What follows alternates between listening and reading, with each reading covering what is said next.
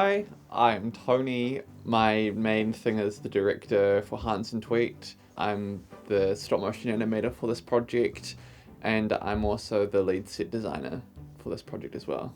From the very start, we've always wanted to do a stop motion piece for this year.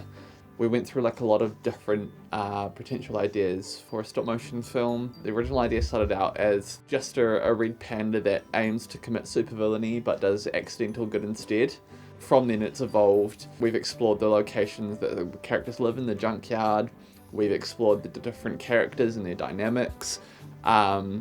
We've kind of established this dynamic between Hans and Tweet where it's quite like a Wallace and Gromit dynamic, in the sense that Hans thinks he is the best and thinks he's really smart, but in reality he's just a real Dumbo, and Tweet's like the silent parental figure that's always getting Hans out of trouble and is secretly judging Hans. Yeah, it's a very kind of simple story, and we wanted to keep it that.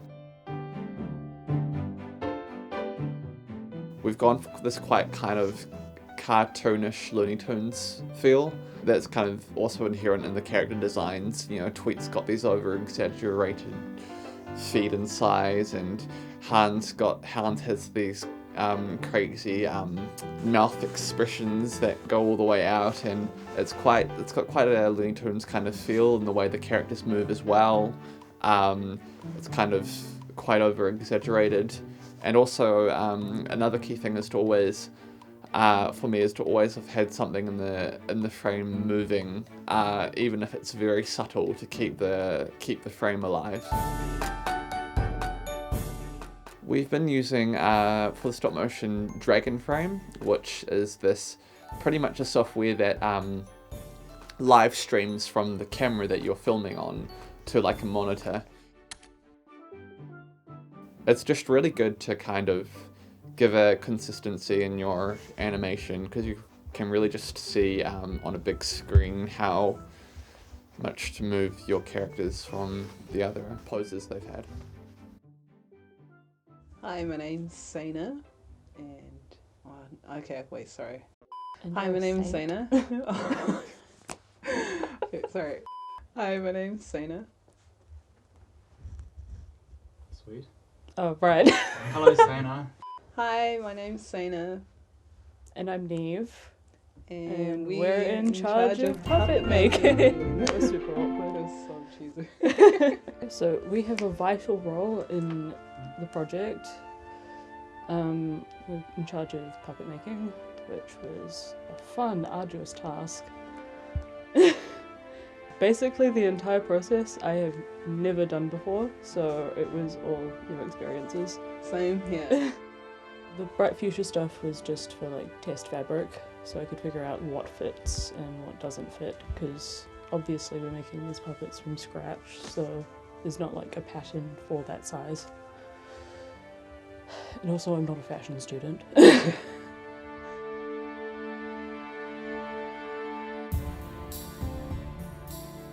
Basically, what I had to do was make models of what we wanted the heads to look like out of monster clay. And then we had to massage it onto the heads to make a mold, which was quite fun actually. Yeah, it was pretty fun. It was probably the easiest part. We used a urethane, yes. A urethane based thing called Brush on 40, which acts similar to silicone, but it's not silicone.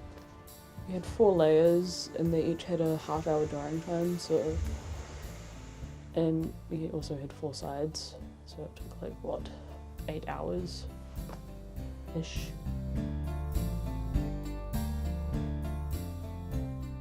For sound, I was mostly in charge for Foley design and also the voice actors, because even though we didn't have dialogue, we wanted to add in vox and efforts for our characters, just to give it more personality.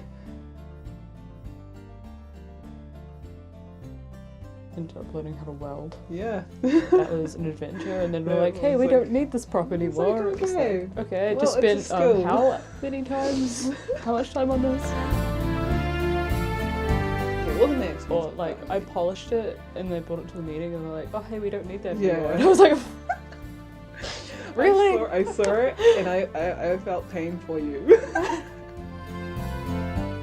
But admittedly, the sandblasting was probably the most satisfying part Oh yeah. because it just got rid of all the rust and it was like going from what a crappy corroded color to like this nice dull silver. Oh yeah, it looks good. It's gonna be fun packing up all those tools in T21. Oh yeah, so much fun.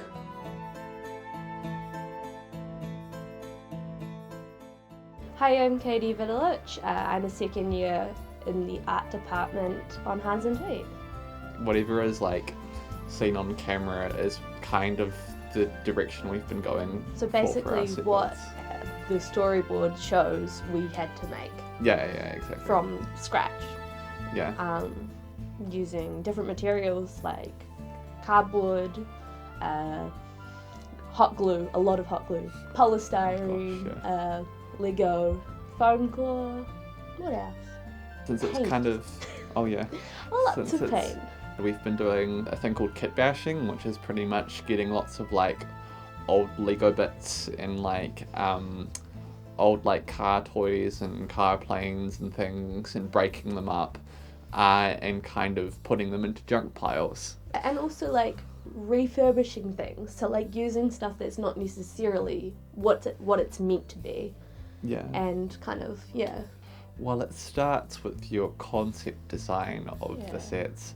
And then from there, and about at the start of the semester, me and Katie did some kind of brainstorming. we kind of had a clear idea of a picture, but we didn't know how to get there, and so it was just a lot of experimenting and working with what materials we had. We used like corrugated cardboard to emulate corrugated iron. Obviously it's a bit different, but it still does the same effect. And you use like tiny matchsticks to like make like big junk mountain art out of like Thank you, Adam, for letting us use T21 so much. I know it's probably been a real annoyance and pain, but thank you for letting us take up half of T21 for like the whole semester. Yeah, like just thanks for the support from all the tutors really. Yeah. They've been very like, not, like, we've been under a bit of pressure, I feel. Yeah. Being the first stop motion project, and they've all been very caring and Oh yeah. helpful towards whatever we needed. Yeah.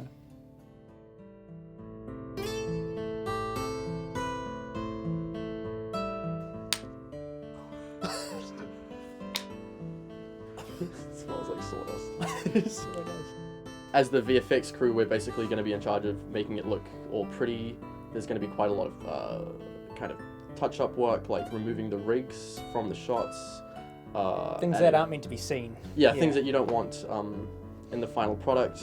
Yeah, using After Effects, potentially Maya.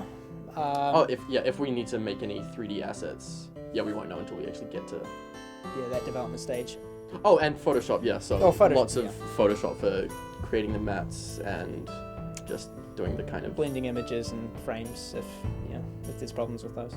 But people complain about bad VFX. Well, they never praise good VFX because a good VFX artist's work is never seen. It's never actually seen. That's the goal. So if people just go, oh, I can see that, then we've done something wrong. But if they just enjoy the thing, then hopefully we've done a good job. Hi, my name's David. I'm writing the music for Hans and Tweed.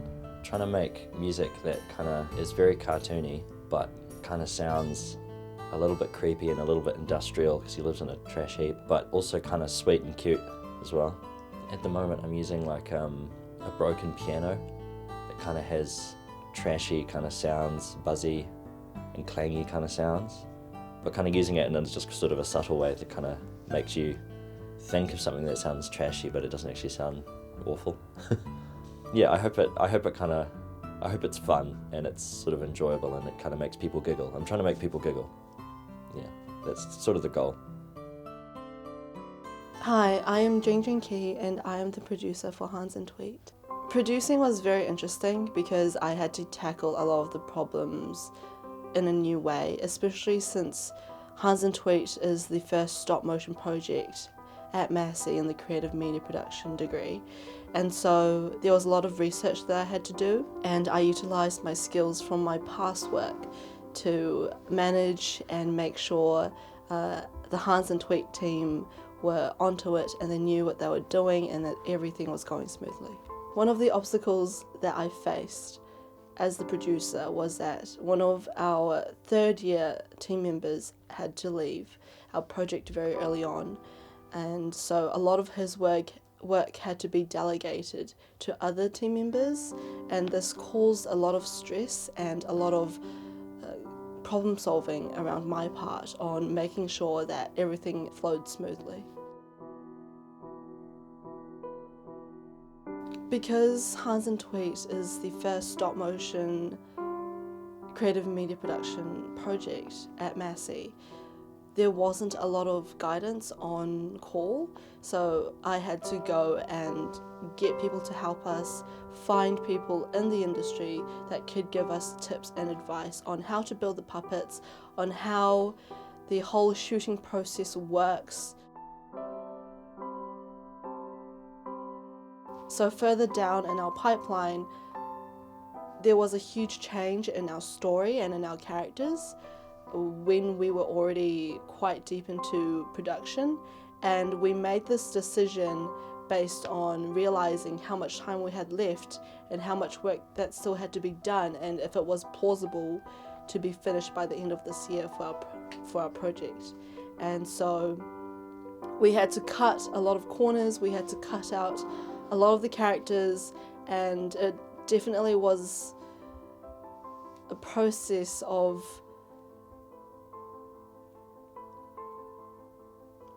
making sure it all still flowed.